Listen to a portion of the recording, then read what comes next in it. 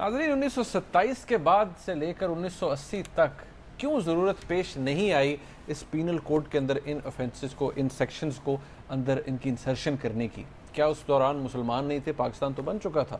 تو سیٹھی صاحب یہ کیا وجہ ہے؟ یہ کیا اس وقت مسلمان نہیں تھے؟ 1947 سے لے کر، چلے اس سے پہلے تو چھوڑ دیں، 1947 سے 1980 پہلی ترمیم ہوتی ہے اس میں، تو کیا اس وقت مسلمان نہیں تھے؟ کسی کو اس بات کا خیال نہیں تھا کہ یہ مذہبی توہین بھی کوئی چیز ہوتی ہے؟ بڑا اچھا آپ نے سوال کیا.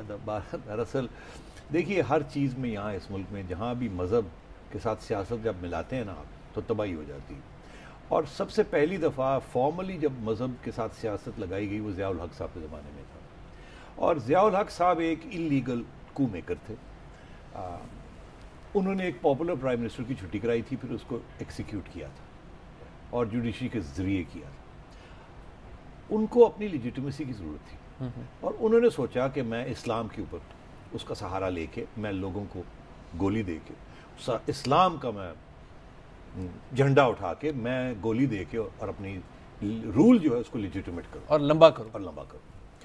اب اس سلسلے میں پھر انہوں نے سوچا کیا کیا ہمیں کرنا چاہیے. پہلے وہ میں نے جیسے عرض کیا کہ 1980 میں انہوں نے ایک امینڈمنٹ کی ام المومنین کے بارے میں، پھر 82 میں انہوں نے قرآن شریف کے بارے میں امینڈمنٹ کی، پھر 84 میں انہوں نے احمدیز کے خلاف کیا، پھر 86 میں انہوں نے یہ رسول پاک صلی اللہ علیہ وسلم کا. تو یہ اپنی جو ریلیجس لابی تھی جن کا سہارا لے کے وہ چل رہے تھے، اور آپ کو یاد ہوگا اس وقت وہ امریکہ کے ساتھ بیٹھ کے ایک جہاد بھی افغانستان میں کر رہے تھے. وہی امریکہ جس کو گالی دیتے ہیں، وہی امریکہ کے ساتھ یہ بیٹھ کے ایک طرف امریکہ کا سہارا لیا ہوا تھا ایک سامراج کا، دوسری طرف اسلام کا سہارا لیا ہوا تھا جو کہ نام میں اسلام تھا، اصلی اسلام نہیں تھا. بیکاز یہ قانون جو ہیں یہ ان کا تعلق اسلام کے ساتھ نہیں ہے. یہ ایک دفعہ نہیں 100 دفعہ ہمارے لیگل لوگ جو ہیں وہ کہہ چکے ہیں یہ انسانی قانون بنائے گئے ہیں. حضور کے وقت میں ایسی چیز جو تھی اس کو توہین نہیں سمجھا جاتا تھا. اگر سمجھا بھی جاتا تھا تو اس قسم کے پنشمنٹس یا اس قسم کے حد اور یہ نہیں حدود نہیں ہوتے تھے. آپ کو یاد ہوگا اس وقت کیا ہوتا تھا. حضور اکرم صلی اللہ علیہ وسلم پہ جتنی ان پہ ظلم ہوا، زیادتیاں ہوئیں، انہوں نے تو درگزر کیا. سو مچ ہو کہ نعوذ باللہ جس خاتون نے ان پر کوڑا بھی پھینکا انہوں نے تو اس کی بھی عیادت کی اور اس سے بھی درگزر کر دیا. تو اگر حضور یہ کر سکتے تھے تو ضیاء الحق کون ہوتا تھا یہ کرنے کے لیے؟ تو اس کا مطلب یہ تھا کہ اس کے پیچھے سیاست ہے. یہ ایک کنسیشن دی جا رہی تھی اپنے ریلیجس لابی کو جن کا سہارا لے کے وہ ایک جہاد چلا رہے تھے سوویت یونین میں، امریکہ کا پیسہ لے کے جو اپنی جیب میں ڈال رہے تھے. اس طریقے کے ساتھ اس ملک کی سیاست کو مذہب کے ساتھ مل کے مذہب کو بھی خراب کیا اور سیاست بھی گندی کی. تو میں آپ سے یہ عرض کر رہا ہوں کہ اسی لیے آپ کا جو سوال ہے کہ 1927 سے لے کے 1980 تک کیا مسلمان نہیں تھے، کیا یہ سارے مسئلے تھے یا نہیں تھے، بڑا بنیادی سوال ہے. تو یہ اسی لیے یہ سب کچھ ضیاء الحق کے زمانے میں ہوا. اور اس کے بعد بھی کس نے اس کو ڈیفینڈ کیا؟ وہ ان لوگوں نے ڈیفینڈ کیا جو کہ اس کے پیدائش جو کہ بنائے ہوئے، جو کہ ضیاء صاحب کے دور میں پروان چڑھے تھے. جی وہ کون لوگ تھے؟ اور میں آج آپ سے بتاتا ہوں کہ یہ جو ضیاء الحق صاحب نے جو کہا تھا یہ توہین رسالت کے بارے میں، انہوں نے کہا تھا لائف امپریزنمنٹ یا سزائے موت، عمر قید یا سزائے موت. عمر قید. انہوں نے پھر بھی یہ گنجائش یا رکھا تھا. صحیح. اور کس نے آ کے اس کو تبدیل کیا 1992 میں؟ کس نے 92 میں کس نے کیا؟ نواز شریف صاحب نے کیا.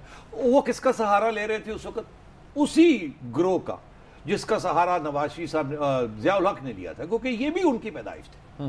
آج اگر آپ نواز شریف صاحب کو پوچھیں کہ یہ کیا آپ نے صحیح کیا تھا یا غلط کیا تھا، پہلے تو جواب نہیں دیں گے کیونکہ سیاسی طور پہ وہ سمجھتے ہیں ان کی ابھی بھی وہ کنسٹیٹیونسی ہے. مگر میں آپ کو بتاؤں پرائیویٹلی مسلم لیگ نون کے لوگ ہمیں کہتے ہیں کہ یہ بہت بڑی غلطی ہوئی ہم سے، ہمیں یہ نہیں کرنا چاہیے تھا. اور آج ہمارے یہ گلے پڑی ہوئی ہیں کیونکہ دنیا میں ہم آئسولیٹ ہو چکے ہیں کہ یہ کس قسم کا انتہا پسند ملک ہے، کس قسم کے یہ لوگ ہیں کہ یہ ایسی باتیں کرتے ہیں. ہمیشہ نیت بڑی امپورٹنٹ ہے. کس نیت کے ساتھ توہین ہوتی ہے؟ اگر غلطی سے ہو جائے تو وہ توہین نہیں ہے، اگر جان بوجھ سے ہو جائے انٹینشنل ہو، دانستن ہو، اور کوئی آ کے کہے بار بار کہ وہ یہی بکواس اور پھر وہ جو سارا لا آف ایویڈنس ہے کہ 4 لوگ ہونے چاہیے، وہ دانستہ ہونے چاہیے، ان کی ایویڈنس ولفل ایکٹ، سارا کچھ آ جاتا ہے. یہاں ہماری عدالتیں بھی خوف زدہ ہو کر جلدی جلدی فیصلے کر دیتی ہیں، کسی کی ہمت نہیں ہوتی. کیونکہ ہم نے دیکھا نا کیا ہوا ضیاء الحق صاحب کے زمانے میں اور نواز شریف صاحب کے زمانے میں کیا ہوا کہ جی وہ لوگوں کو مار دیتے رہے.